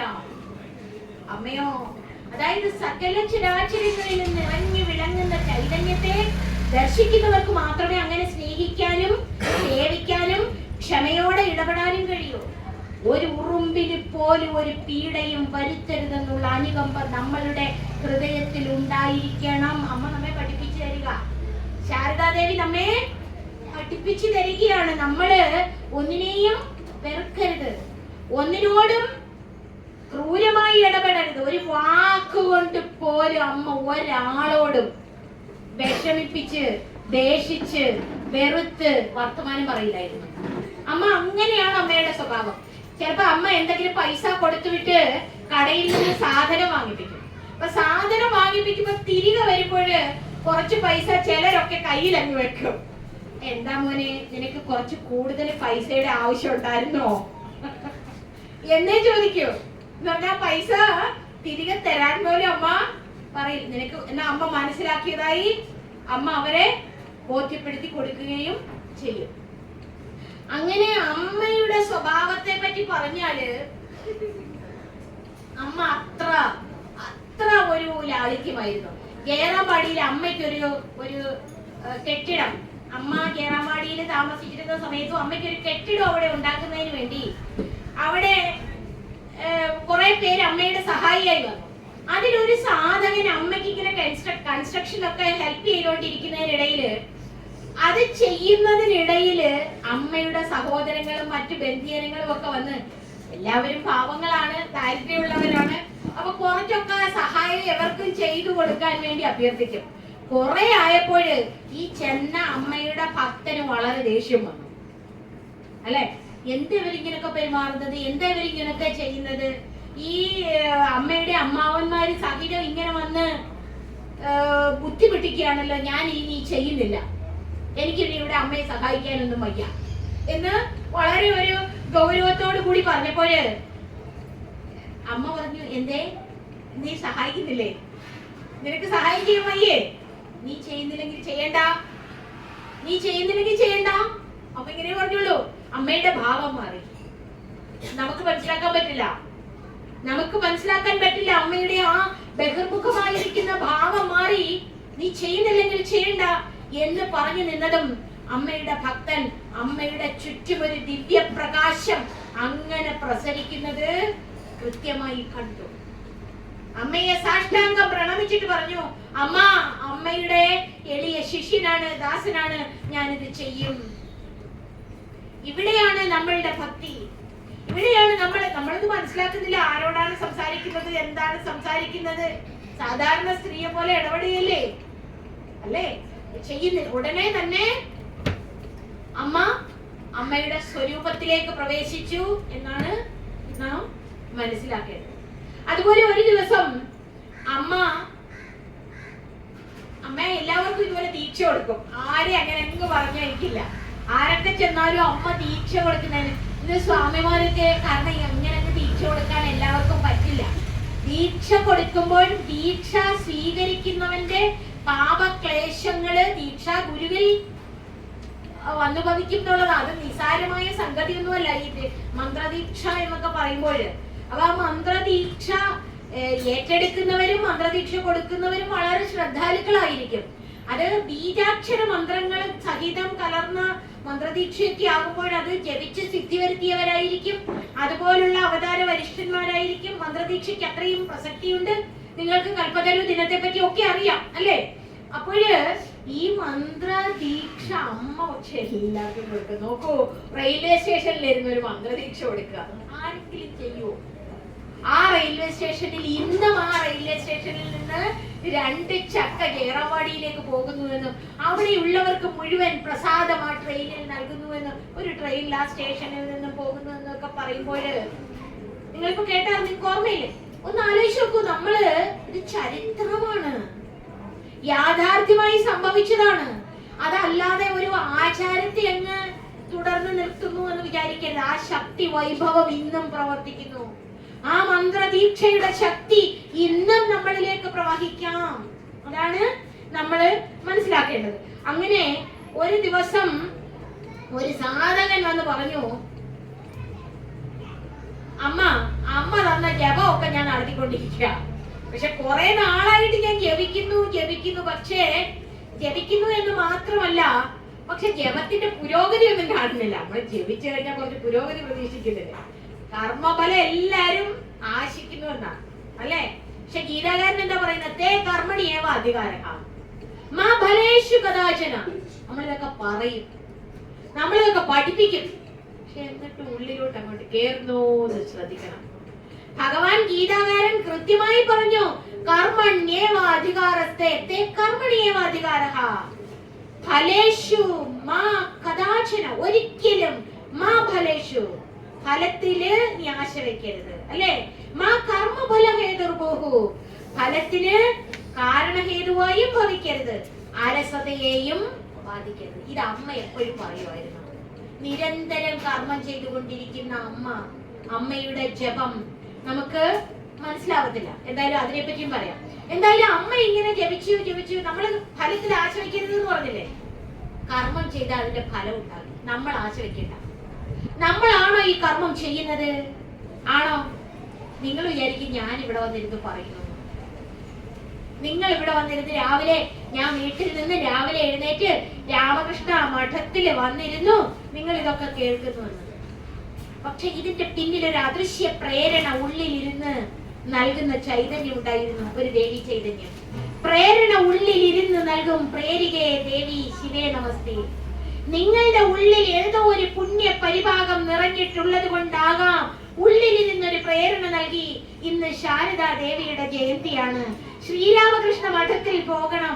അവിടെ ഇരുന്നത് കേൾക്കുന്നതും ഹോമങ്ങളും മറ്റുള്ള ജപസാധനാദികളിലും പങ്കെടുത്ത് ഇന്നത്തെ ദിവസത്തെ ധന്യമാക്കി തീർക്കണമെന്ന പ്രകൃതിയുടെ അദൃശ്യമായ ഒരു നിശ്ചയം നടപ്പിലായതല്ലേ? അതോ നിങ്ങളാണോ ചെയ്തത്? ഇവിടെയാ നമ്മൾ ധരിക്കുന്നത്. ഇപ്പോഴും നമ്മൾ വിചാരിക്കും ഞാനിവിടെ വന്ന്. ഇത് പ്രകൃതിയുടെ അദൃശ്യ നിശ്ചയമായി നിയാമകമായ ഒരു കർമ്മ പദ്ധതിയുടെ ഭാഗമായിട്ട് നടക്കുന്നു എന്നല്ലാതെ എനിക്ക് ഇതിനകത്ത് യാതൊരു കാര്യവുമില്ല. എനിക്ക് എന്ന് പറയുമ്പോൾ നിങ്ങൾ ഈ ഉപകരണത്തെ മനസ്സിലാക്കിയാൽ മതി. ഈ ഉപകരണം എവിടെയൊക്കെ ചലിക്കണം, എങ്ങനെയൊക്കെ പ്രവർത്തിക്കണമെന്ന് ഞാൻ നിശ്ചയിക്കുന്നില്ല. ദൈവകൃപയാല് ദൈവ കാറ്റിന്റെ കയ്യിൽ അകപ്പെട്ട ഒരു കരിയില എങ്ങനെ പറക്കണമെന്ന് നിശ്ചയിക്കുന്നത് കാറ്റാണ് അല്ലേ? ആണോ അല്ലയോ? അതുപോലെ ദൈവശക്തിയിൽ അമർത്തുപോയ ശരീരത്തെ എങ്ങനെ പോകണം, എന്ത് പ്രവർത്തിക്കണമെന്ന് തീരുമാനിക്കുന്നത് ആ ദൈവ ചൈതന്യം തന്നെയാണ്. അതുപോലെ ശാരദാ ദേവി കർമ്മഫലമൊന്നും ഇച്ഛിക്കാതെ തന്റെ അവതാര ലീലകൾ അതേപടി ആടിയ മഹാമനീഷിയായ ഋഷിണിയാണ്, ദേവിയാണ്. എന്തു പറഞ്ഞാലും മതിയാവില്ല. അമ്മയെ പറ്റി പറഞ്ഞാൽ സാധാരണയായ ഒരു സ്ത്രീ. അതേ സമയം തന്നെ ഗാർഹസ്ഥ്യത്തിൽ പ്രവേശിച്ചിട്ട് തപസ്വിനിയായി മാറി. ഗാർഹസ്ഥ്യാശ്രമത്തിന്റെ യാതൊന്നും അറിയാതെ മഹാതപസ്സനുഷ്ഠിച്ച മഹാപ്രതിഭ, മഹാസന്യാസിനി. എന്തമ്മയെ പറ്റി പറയാതിരിക്കാൻ പറ്റും? മഹായോഗിനി, മഹാജ്ഞാനി. അതേസമയം ലളിതമായ ജീവിതം അല്ലേ? ആണോ? അല്ലേ? ആണോ? അതെ. അങ്ങനെയുള്ള അമ്മ കർമ്മഫലത്തിൽ ആശ വെച്ചിരുന്നില്ല. നമ്മൾ പറയാൻ വേണ്ടിയിട്ടല്ല കർമ്മഫലത്തിൽ ആശ വെക്കേണ്ട. കാരണം ഈ ശരീരവും മറ്റു കാര്യങ്ങളും ചലിക്കുന്നത് എങ്ങനെ ചലിക്കുന്നുവോ ചലിച്ചു കൊള്ളട്ടെ. നമ്മളുടെ ഉള്ളിൽ ഒരു ദൃഢനിശ്ചയം വേണം. പ്രപഞ്ചത്തിന്റെ സ്വരൂപം ബ്രഹ്മമാണ്. നമ്മളുടെ വാക്കുകൾ നാമജപമാണ് എന്ന് പറയാനുള്ളതല്ല. നമ്മളുടെ കർമ്മങ്ങൾ ഈശ്വര പൂജയാണ് എന്നുള്ളത് പറയാനുള്ളതല്ല. അഹന്തയ്ക്ക് യാതൊരുവിധ പ്രാബല്യവും ഇല്ല എന്നുള്ളത് പറയാനുള്ളതല്ല. എല്ലാം ദൈവമാണെന്ന് അറിഞ്ഞുകൊണ്ട് യാജ്ഞികമായി കർമ്മം ചെയ്യാൻ ദൈവമേ കഴിയണമേ എന്നൊരു പ്രാർത്ഥനയോട് കൂടി നമ്മൾ സകല കർമ്മങ്ങളും ചെയ്യണം. അതിന്റെ ഫലം സ്വാഭാവികമായി നടന്നോളും. അതെങ്ങനെ മനസ്സിലാക്കാം? ഒരു നെല്ലിക്കയുടെ കുരു അതിനകത്തിരിക്കുന്നത് പോലെ ഒരു കർമ്മത്തിന്റെ ഫലം അതിനകത്ത് തന്നെ ഉണ്ട്. നമ്മൾ ആശിക്കേണ്ട. നമ്മൾ ആശിക്കുന്നത് പോലെ അല്ല നടക്കുന്നത്. കാരണം ഒരു കർമ്മം, ഒരു വിത്ത് വിതയ്ക്കാം നമുക്ക്. പക്ഷെ ആ വിത്ത് വളർന്ന് അത് ചെടിയായി പുഷ്പിച്ച് ഫലമാകണമെങ്കിൽ പ്രകൃതിയുടെ എന്തെല്ലാം കാര്യങ്ങൾ അതിന് സഹായകമായി നിൽക്കണം. അതുകൊണ്ടാണ് ഭഗവാൻ ഗഹന കർമ്മണോഗതി എന്ന് പറഞ്ഞത്. അതായത് നമ്മൾ വെടി വെച്ചിട്ട് ഇട്ടോ ഒന്നുകൂടി ആക്കണ്ട. അതിനകത്ത് തന്നെ ഉണ്ട് ചവിട്ട് അല്ലേ? വെടി വെച്ചിട്ട് പിന്നെ ഇട്ടോ ഒന്നുകൂടെ ആക്കുവോ? ഇല്ല, ആക്കണ്ട. അതുകൊണ്ട് കർമ്മം അനുഷ്ഠിക്കുക. കർമ്മത്തിൽ പോലും നമുക്ക് യാതൊരുവിധ കാര്യവുമില്ല. ഈ ഫാൻ കറങ്ങണമെങ്കിൽ എങ്ങനെ ഇലക്ട്രിസിറ്റി അതിന്റെ ഭാഗമായിരിക്കുന്നുവോ അതുപോലെ ഫാനിന് സ്വയം ചെയ്യാൻ പറ്റില്ലല്ലോ. അതിന്റെ കാരണം ഇലക്ട്രിസിറ്റിയാണ്. അതുപോലെ ഈ ശരീരാദി സകല പ്രപഞ്ച ഘടകങ്ങളും നിലനിൽക്കുന്നതിനും പ്രവർത്തിക്കുന്നതിനും കാരണഭൂതമായിരിക്കുന്നത് ബ്രഹ്മശക്തിയാണ്. ശരീരത്തിന്റെ ഓരോ കോശങ്ങളിലും നിറഞ്ഞു നിൽക്കുന്നത് ബ്രഹ്മശക്തിയാണ്. എന്തായാലും അമ്മയുടെ അടുത്ത് വന്ന് ആ സാധകൻ പറഞ്ഞ, അമ്മയുടെ മന്ത്രം എനിക്ക് വേണ്ട. എന്താ പറഞ്ഞ്? എനിക്ക് വേണ്ട, ഞാനങ്ങ് തിരിച്ചു തരാൻ പോവാ. ആലോചിച്ച് നോക്കി ആ ഒരു അഹങ്കാരവും. അന്ന് ജപിച്ചിട്ട് ഫലം കിട്ടുന്നില്ല. ജപിച്ച ഫലം വേണ്ടേ? ജപിച്ച ഫലവും കിട്ടണ്ടേ? ഫലം കിട്ടുന്നില്ല. ഇനി എനിക്കിത് വേണ്ട, ഞാനങ്ങ് തിരിച്ചു തരാൻ വന്നതാണ്. അമ്മ പറഞ്ഞു, ശരി തിരിച്ചു തന്നോളൂ. എന്താ പറഞ്ഞു? ശരി, തിരികെ തന്നോളൂ. പെട്ടെന്ന് ഈ സാധകന്റെ ഉള്ളിൽ മുഴുവൻ അങ്ങ് ഭയം കയറി. എന്തോ ഭീകരമായത് തന്റെ ശരീരത്തിലും മനസ്സിലും ബുദ്ധിയിലും നിറയുന്നത് പോലെ, ഇരുട്ട് കയറുന്നത് പോലെ വല്ലാത്ത ഭയം തോന്നി. അമ്മയ്ക്ക് സാധാരണ ദേഷ്യമല്ലേ വരേണ്ടത്? ആണോ? അല്ലേ? സ്വല്പം ഒരു അകൽച്ചയെങ്കിലും വരണം. അപ്പൊ പെട്ടെന്ന് ഈ സാധകന് ഭയം തോന്നിയിട്ട് സാധകൻ ചോദിച്ചു, അമ്മയുടെ മന്ത്രം ഞാൻ തിരിച്ചു നൽകാൻ വന്നിട്ട് ഇനി ഞാൻ വല്ല നരകത്തിലും വല്ലോ പോകുമോ? എന്തുവാ, എനിക്ക് ഭയമാകുന്നു എന്ന് പറഞ്ഞു. അപ്പോ അമ്മ പറഞ്ഞു, ബ്രഹ്മാവ് വിചാരിച്ച പോലെ എന്റെ കുഞ്ഞുങ്ങൾ നരകത്തിൽ പോയില്ല. ഞാൻ തുടക്കത്തിൽ പറഞ്ഞില്ലേ, രാമകൃഷ്ണ മിഷനിലെ സന്യാസിമാരാകണമെങ്കിൽ വെറുതെ ഒന്നും വന്ന് പെടാൻ പറ്റില്ല. രാമകൃഷ്ണ പരമ്പരയിലെ, ശാരദ പരമ്പരയിലെ ഒരു സന്യാസിനിയോ ആകണമെങ്കിൽ അത് വെറുതെ സംഭവിക്കത്തില്ല. എന്റെ കുഞ്ഞുങ്ങള് ബ്രഹ്മാവ് വിചാരിച്ച പോലും നരകത്തിൽ പോവില്ല എന്ന് പറഞ്ഞാൽ അത്രയാ. ആ നാമം ഉച്ചരിച്ചാൽ, ആ മന്ത്രം ജപിച്ചാൽ, ആ മന്ത്രത്തിന്റെ ശക്തി അലൗകികവും അമാനുഷികവും അവാച്യവുമാണ് എന്നുള്ള പരമമായ യാഥാർത്ഥ്യമാണ് നമുക്ക് മനസ്സിലാകുന്നത്. അങ്ങനെ ദീക്ഷ എടുക്കുന്നതിനെ പറ്റിയൊക്കെ വളരെ വളരെ വ്യക്തമായിട്ട് പറഞ്ഞിട്ടുണ്ട്. എന്തായാലും ശ്രീരാമകൃഷ്ണ പരമഹംസരോട് എന്ത് പ്രാർത്ഥിക്കണം എന്ന് ഒരു ദിവസം ശാരദാദേവിയോട് ചോദിച്ചു. സാധകൻ എന്ന് ചോദിച്ചു, എന്ത് പ്രാർത്ഥിക്കണം നിങ്ങളൊന്ന് പറയൂ, എന്ത് പ്രാർത്ഥിക്കണം? ശ്രീരാമകൃഷ്ണ പരമഹംസരോട് എന്ത് പ്രാർത്ഥിക്കണം എന്ന് ഒരു ദിവസം അമ്മയോട് ചെന്ന് ചോദിച്ചു. കാരണം രാമകൃഷ്ണ പരമഹംസരെ അമ്മ ബ്രഹ്മമായിട്ടാണ് കണ്ടത്. അമ്മയെ സ്വയം ശക്തി സ്വരൂപിണിയായിട്ടാണ് കണ്ടത്. എന്ത് പ്രാർത്ഥിക്കണം എന്ന് ചോദിച്ചപ്പോ നരേൻ പ്രാർത്ഥിച്ചതുപോലെ പ്രാർത്ഥിച്ചാൽ മതി. നരേൻ പ്രാർത്ഥിച്ചത് എന്താണെന്നറിയോ? എന്താ നരേൻ പ്രാർത്ഥിച്ചത്? വീട്ടില് പട്ടിണി, 5 നയാ പൈസ എടുക്കാനില്ല. അച്ഛൻ വലിയ ഹൈക്കോർട്ട് ജഡ്ജിയോ വക്കീലോ ഒക്കെയാന്ന് പറഞ്ഞിട്ട് വല്ല കഥയുണ്ടോ? വീട്ടില് പൈസ ഇല്ല, ദാരിദ്ര്യവും പരിവട്ടവും പട്ടിണിയും അങ്ങനെ കഷ്ടപ്പെട്ട അന്നത്തെ ആ വീട്ടിന്റെ വിവരണമൊക്കെ വായിച്ചാൽ സത്യം പറഞ്ഞാൽ നമുക്ക് വളരെ ഹൃദയസ്പർശിയായ രംഗങ്ങളാണ് അതൊക്കെ. എന്തായാലും രാമകൃഷ്ണ പരമഹംസരോട് ഗുരുദേവനോട് എന്ന് പറഞ്ഞു, ഗുരുദേവ എന്ത് ചെയ്യാനാ, അങ്ങ് അമ്മയോടൊന്ന് പറഞ്ഞിട്ട് ആ പട്ടിണി ഒന്ന് മാറ്റിക്കളയണം. എടാ നരേ, നീ ഒരു കാര്യം ചെയ്യും, നീ എന്നങ്ങ് അമ്മയോട് പറ, നീ എന്നങ്ങ് അമ്മയോട് പറ, നിന്റെ കാര്യമൊക്കെ അമ്മ മാറ്റിത്തരും. അങ്ങനെ കാളി ക്ഷേത്രത്തിന് മുമ്പിലെത്തിയ നരേൻ, അമ്മേ വിവേകവും വൈരാഗ്യവും നൽകണേ പ്രാർത്ഥിച്ചിട്ട് തിരികെ വന്നു. രാമകൃഷ്ണനോട് വെച്ച് നീ പ്രാർത്ഥിച്ചു. അയ്യോ ഞാൻ മറന്നുപോയി, എന്റെ ഉള്ളിൽ വന്നില്ല, അങ്ങനെ പ്രാർത്ഥിക്കാൻ പറ്റിയില്ല. വീണ്ടും പറഞ്ഞു വെച്ചു, സാരല്ല, നീ ഒന്നുകൂടെ പോയി പ്രാർത്ഥിച്ചിട്ടോ, നീ ഒന്നുകൂടെ പോയി പ്രാർത്ഥിച്ചിട്ടോ. അവിടെ ചെന്നതോ വീണ്ടും പറഞ്ഞു, വിവേകവും വൈരാഗ്യവും ഭക്തിയും നൽകണമേ അമ്മേ. അവിടെ ചെന്നപ്പോ മറന്നുപോയി. വീണ്ടും തിരികെ വന്നു, മൂന്നാമതും പറഞ്ഞു വിട്ട്. നരേന് പ്രാർത്ഥിക്കാൻ കഴിഞ്ഞില്ല. ഇത് നമ്മൾ കേൾക്കുമ്പോൾ വളരെ നിസ്സാരമായിട്ട് തോന്നും. നര ഋഷിയാണ് എത്തിയിരിക്കുന്നത്, ഇത് അവതാര പൂർത്തീകരണമാണ് നടന്നുകൊണ്ടിരിക്കുന്നത്. നമ്മൾ വിചാരിക്കും ശ്രീരാമകൃഷ്ണ പരമഹംസരും ശാരദാദേവിയും സ്വാമി വിവേകാനന്ദനും ഒക്കെ ഇവിടെ ഇങ്ങനെ സാധാരണ മനുഷ്യരെ പോലെ വന്ന് ജനിച്ച് ജീവിച്ച് ശരീരം ഉപേക്ഷിച്ച് പോയവരാണെന്ന്. അല്ലേ അല്ല, നര ഋഷിയായി എത്തിയിരിക്കുന്നത്. ഈ നര ഋഷി എന്ത് ചെയ്യും, എത്ര കാലം ജീവിക്കും, എന്തൊക്കെ പ്രവർത്തിക്കും, നമ്മളൊന്നും നിശ്ചയിക്കുന്നത് പോലെ അല്ല കാര്യങ്ങൾ, ഈ പ്രപഞ്ചത്തിന്റെ വിധാനങ്ങള്. ബോധ്യാകുന്നുണ്ടോ? അപ്പോഴ് നരൻ പ്രാർത്ഥിച്ചത് വിരാഗതയ്ക്കാ, രാഗമില്ലായ്മയ്ക്ക്. എനിക്ക് ആശ വേണ്ട, പട്ടിണിയൊക്കെ ഭാഗ്യമായ കാര്യം പറയുമ്പോ പറഞ്ഞു, ആശയില്ലായ്മയ്ക്ക് വേണ്ടി പ്രാർത്ഥിക്കുന്നു. ഇത് രാമകൃഷ്ണ പരമഹംസരുടെ ഓരോ കൃതികളും എടുത്ത് വായിക്കുമ്പോൾ ആ വരികളൊക്കെ സ്വാമി വിവേകാനന്ദൻ, നരേന്ദ്രൻ സ്വാമിജിയുടെ സന്നിധിയിലിരുന്ന്, ഗുരുദേവന്റെ സന്നിധിയിലിരുന്ന് അങ്ങനെ ഹൃദയംഗമമായ ഭക്തിയോടുകൂടി പ്രാർത്ഥിക്കുമായിരുന്നു. മനസ്സേ നിൻ സ്വന്തമായിട്ട് ഒരുത്തരുമില്ലെന്നുള്ള പരമാർത്ഥം എല്ലായ്പ്പോഴും സ്മരിക്കുക നീ. നിങ്ങളൊക്കെ സ്മരിക്കുന്നുണ്ടോ? മനസ്സേ നിൻ സ്വന്തമായിട്ട് ഒരുത്തരുമില്ലെന്നുള്ള പരമാർത്ഥം എല്ലായ്പ്പോഴും സ്മരിക്കുക. നമുക്കാരാ ബന്ധു? നമുക്കാരാ മിത്രം? ആരാ ബന്ധു? ആരാ മിത്രം? നമ്മളെ ഇപ്പോൾ നിലനിർത്തുന്ന അദൃശ്യ ശക്തി ചൈതന്യത്തെ സമാശ്രയിക്കൂ. ഒറ്റയ്ക്കല്ലേ വന്നത്? ആണോ അല്ലയോ? അല്ല, ആരെങ്കിലും ഉണ്ടായിരുന്നോ കൂടെ? ഏതെങ്കിലും bank account, yes bank account, Swiss bank account, Canara bank, union bank, ഏതെങ്കിലും അക്കൗണ്ട് കൊണ്ടുപോകുമോ?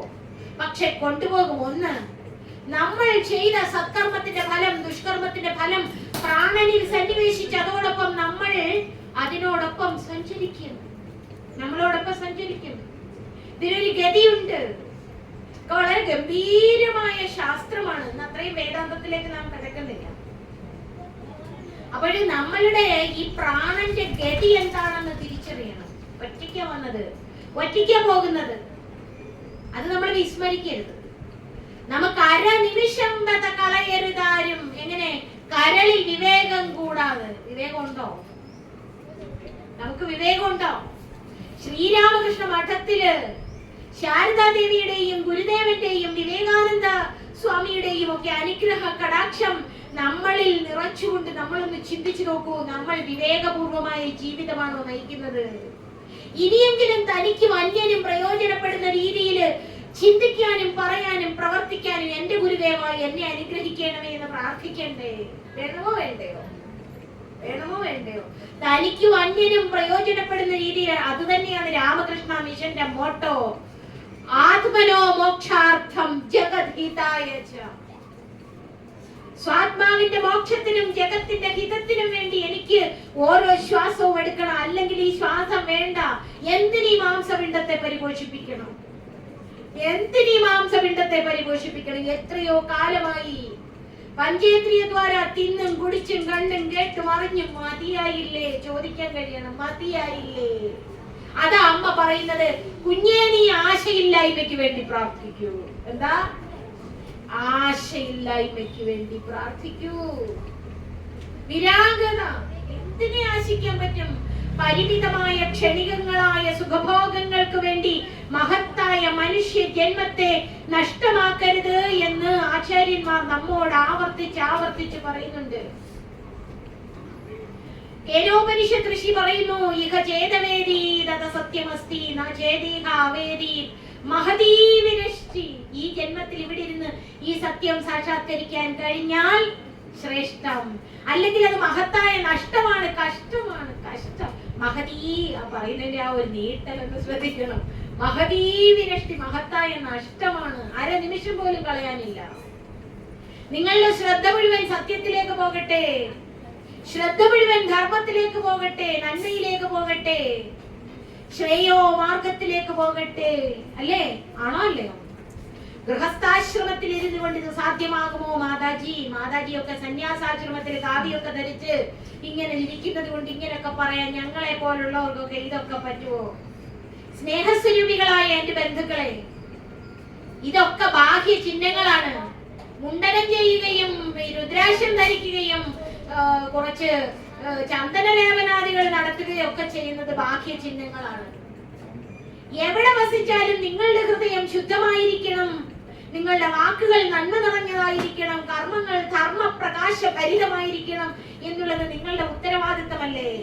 ഒരമ്മയായിരിക്കുമ്പോൾ അമ്മയുടെ ഉത്തരവാദിത്തം നിർവഹിക്കുക, അച്ഛനായിരിക്കുമ്പോൾ അച്ഛന്റെ ഒരു ഉദ്യോഗസ്ഥനായിരിക്കുമ്പോൾ ആ ഫീൽഡിൽ അങ്ങനെ അതുകൊണ്ടാണ് ഗീതയുടെ സാരം നിങ്ങൾ പഠിക്കണം. ഒരു വേദപണ്ഡിതൻ സമയം അതിക്രമിക്കുന്നില്ലല്ലോ? ഇല്ല. ഒരു വേദപണ്ഡിതൻ ഗംഗയുടെ തീരത്ത് താമസിച്ചിരുന്നു. ഗംഗയുടെ തീരത്ത് താമസിച്ചിരുന്ന ആ വേദപണ്ഡിതൻ തന്റെ ജീവിതകാലം മുഴുവൻ മറ്റുള്ളവർക്ക് ഗീതയും ഉപനിഷത്തും ബ്രഹ്മസൂത്രവും വേദങ്ങളും ഒക്കെ പഠിപ്പിക്കുന്നതിന് വേണ്ടി ജീവിതം കഴിച്ചുകൂട്ടി. അങ്ങനെ കഴിക്കുന്നതിനിടയില് അദ്ദേഹത്തിനൊരു ഓർമ്മ, അന്ത്യവേളയില് ഇതുവരെ എന്നെ എല്ലാ സഹായവും നൽകി സേവിച്ച് സ്നേഹിച്ച് സഹകരിച്ചുകൊണ്ടിരുന്ന എന്റെ ഭാര്യയ്ക്ക് ഞാൻ ഒന്നും പഠിപ്പിച്ചു കൊടുത്തിട്ടില്ല. അവളെല്ലാം എനിക്ക് സഹായമെല്ലാം ചെയ്തു തന്നു, പക്ഷെ അവക്കൊന്നും പഠിപ്പിച്ചു കൊടുത്തിട്ടില്ലല്ലോ എന്ന് ഓർത്തു. അപ്പൊ അദ്ദേഹം അങ്ങനെ ഇരുന്ന് ചിന്തിച്ചു, സർവ വേദാർത്ഥ സാര സംഗ്രഹമാണല്ലോ ഗീത. എന്താണ്? സർവ വേദാർത്ഥ സാര സംഗ്രഹം, വേദങ്ങളുടെയും സർവവേദങ്ങളുടെയും സാരസംഗ്രഹമായിരിക്കുന്ന ഗീത പഠിപ്പിക്കാം എന്ന് തീരുമാനിച്ചു. അങ്ങനെ തീരുമാനിച്ചിട്ട് ഇദ്ദേഹം ഭാര്യയെ അടുത്ത് വിളിച്ചിരുത്തിയിട്ട് ഭാര്യയോട് പറഞ്ഞു, ഞാൻ നിന്നെ ഗീത പഠിപ്പിക്കാമെന്ന് തീരുമാനിക്കുന്നു, ഞാൻ ചൊല്ലുന്ന അനുസരിച്ച് നീ ഏറ്റു ചൊല്ലുക. ഗീതയിലെ ഒന്നാമത്തെ ശ്ലോകം പറയാം. ഒന്നാമത്തെ ശ്ലോകം നിങ്ങൾക്കറിയാലോ, ധർമ്മക്ഷേത്രേ കുരുക്ഷേത്രേ. ആവർത്തിക്കൂ എന്ന് പറഞ്ഞു. ആവർത്തിക്കൂ. ധർമ്മക്ഷേത്രേ കുരുക്ഷേത്രേ സമവേതായുരുത്സവഃ. അപ്പൊ അവൾ ആവർത്തിച്ചു, ധർമ്മക്ഷേത്രേ കുരുക്ഷേത്രേ. അദ്ദേഹം വീണ്ടും പറഞ്ഞു, മാമക പാണ്ഡവാശ്ചൈവ. അപ്പൊ അവൾ പറഞ്ഞു, ധർമ്മക്ഷേത്രേ കുരുക്ഷേത്രേ. അദ്ദേഹം പറഞ്ഞു, കിമകുർവത സഞ്ജയ. അവൾ വീണ്ടും പറയാ, ധർമ്മക്ഷേത്രേ കുരുക്ഷേത്രേ. സ്വല്പം ദേഷ്യം അവളോട് തോന്നി. ഒന്നുകിൽ നീ പഠിക്കാൻ വന്നിരിക്കണം, ഞാൻ പറയുന്നത് കേട്ട് പറയണം, അല്ലേ? പഠിക്കാൻ താല്പര്യം ഇല്ല എങ്കിൽ പഠിക്കാൻ താല്പര്യം ഇല്ല എന്ന് പറഞ്ഞ പോലെ, ഞാൻ പറയുന്നത് കേട്ട് പഠിക്കാൻ താല്പര്യം ഇല്ല എങ്കിൽ താല്പര്യം ഇല്ല എന്ന് പറഞ്ഞാൽ മതി. നീ ആ ഒരു ശ്ലോകത്തിന്റെ ഒന്നാമത്തെ പാദം തന്നെ ഇങ്ങനെ ആവർത്തിച്ചുകൊണ്ടിരിക്കുന്നു. അപ്പോൾ അവൾ പറഞ്ഞു, ക്ഷമിക്കണം. എന്ത്? ക്ഷമിക്കണം, എന്നോട് ദേഷ്യം തോന്നരുത്. പക്ഷെ ഞാൻ മനസ്സിലാക്കിയിരിക്കുന്നത് ഒന്നാമത്തെ ശ്ലോകത്തിൽ ഗീതയുടെ സാരം മുഴുവൻ അടക്കം ചെയ്തിട്ടുണ്ട് എന്നാണ്. ഞാൻ അങ്ങനെയാണ് എന്റെ ജീവിതം മുഴുവൻ കഴിച്ചു കൂട്ടിയത്. എങ്ങനെയാണ്? ആ ഒന്നാമത്തെ വരിയിലെ പദങ്ങളൊന്ന് റീഅറേഞ്ച് ചെയ്യൂ, ഒന്ന് പദവിന്യാസം ഒന്ന് മാറ്റി നിർത്തി നോക്കൂ. ക്ഷേത്രേ ക്ഷേത്രേ ധർമ്മകുരു. എന്താണ് പറഞ്ഞത്? ആവർത്തിക്കും. ക്ഷേത്രേ ക്ഷേത്രേ. ഒന്നുകൂടെ പറയൂ. ക്ഷേത്രേ ക്ഷേത്രേ ധർമ്മ കുരു. ക്ഷേത്രം എന്നതിന്റെ അർത്ഥം കുരുക്ഷേത്രം, ധർമ്മയുദ്ധ ഭൂമി. എന്താണ്?